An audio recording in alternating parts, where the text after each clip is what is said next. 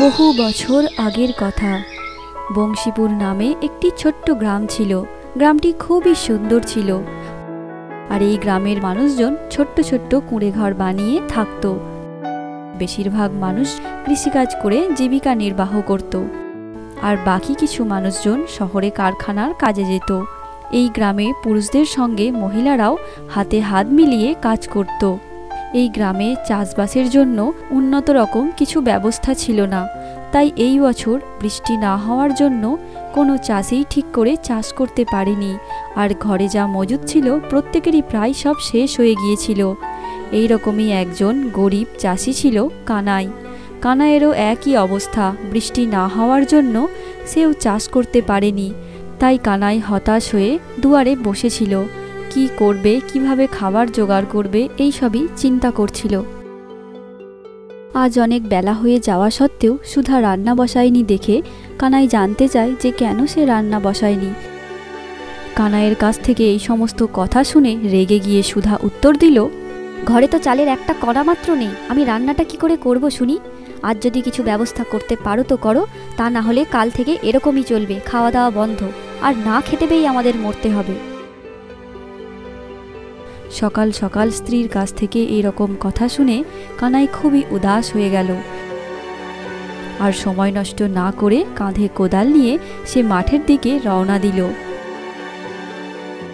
তারপর কানাই মাঠে গিয়ে কোদাল দিয়ে জমি খুঁড়তে শুরু করলো। আজ কানাই কাজ করছিল বটে, কিন্তু তার মন কাজের দিকে একদমই ছিল না। বারবার শুধু স্ত্রী সুধার বলা কথাগুলোই মনে পড়ছিল।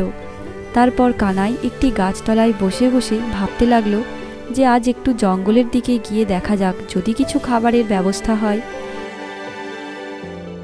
তারপর কানাই জঙ্গলের দিকে যেতে থাকলো। হঠাৎই কিছু একটা দেখতে পেয়ে কানাই থেমে গেল। তারপর কানাই দেখল নীল রঙের সুন্দর হৃষ্টপুষ্ট একটা মুরগি দুলকি চালে হাঁটতে হাঁটতে জঙ্গলের ভিতরের দিকে যাচ্ছে। এই দেখে কানাই মুরগিটাকে ধরার জন্য পা টিপে টিপে চুপি চুপি তার দিকে এগিয়ে যেতে লাগলো।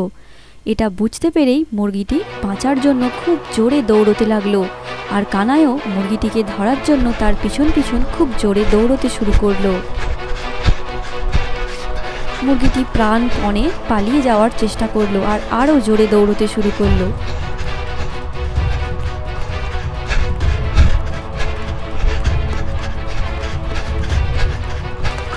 যাক, আজকের মতো খাওয়ার ব্যবস্থা হলো। মুরগিটাকে হাতে নিয়ে তুলতেই মুরগিটি হঠাৎ করে কথা বলে উঠল, আমাকে মেরো না, আমাকে মেরো না।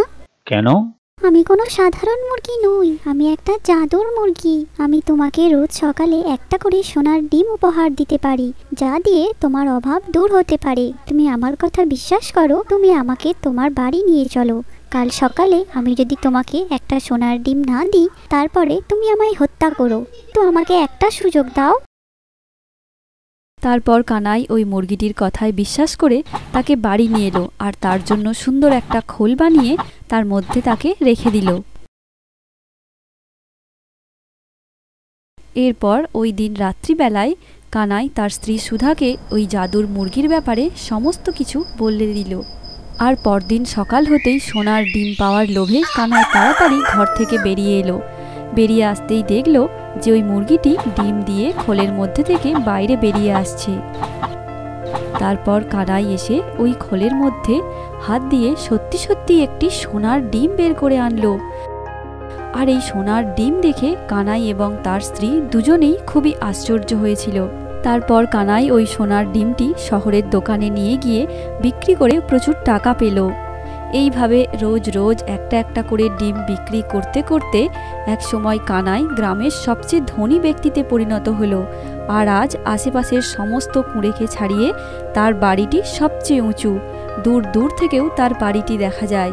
এক সময় যে কানাইয়ের বাড়িতে রান্নার জন্য একটা চালের কণা পর্যন্ত ছিল না, আজ ওই জাদুর মুরগির সোনার ডিমের জন্য কানাই আজ সবচেয়ে অবস্থাপন্ন ব্যক্তিতে পরিণত হয়েছে।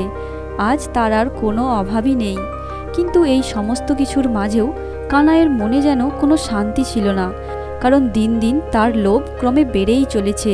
তাই এখন মাঝে মাঝেই রাত্রিবেলা তার ঘুম হয় না, শুধুমাত্র টাকার চিন্তায় সে রাত্রিবেলা উঠে পায়চারি করতে থাকে আর ভাবে কি করে আরও অনেক বেশি টাকা রোজগার করা যায়। তাই সে ঠিক করলো মুরগিটাকে হত্যা করবে আর একসঙ্গে সমস্ত ডিম পেয়ে যাবে, তাহলে সে অনেক তাড়াতাড়ি বড়লোক হয়ে যাবে। এই কাজ করার পরে কানাই বুঝতে পারল যে সে কত বড় ভুল করে ফেলেছে। তার মধ্যে একটা সোনার ডিমও দেখতে পেল না। উপরন্তু কানাই রোজ একটা করে যে সোনার ডিম পাচ্ছিল সেটাও সে হারালো। তো বন্ধুরা, আমরা এই গল্প থেকে এই শিক্ষাই পাই যে কখনো লোভ করতে নেই, লোভী মানুষের বিপদের কারণ। বন্ধুরা, এই গল্পটি কেমন লাগলো তা অবশ্যই কমেন্ট করে জানিও। আর আমাদের চ্যানেল বাংলা কার্টুনের পরবর্তী গল্পগুলি দেখার জন্য অবশ্যই আমাদের চ্যানেলটিকে সাবস্ক্রাইব করে নিও। আর পরবর্তী গল্পগুলি সবার আগে তোমাদের কাছে পৌঁছে যাওয়ার জন্য পাশে বেল আইকনটি অবশ্যই ক্লিক করো। আর গল্পগুলি ভালো লাগলে অবশ্যই লাইক করো আর তোমাদের বন্ধু এবং পরিবারের সদস্যের সাথে শেয়ার করো।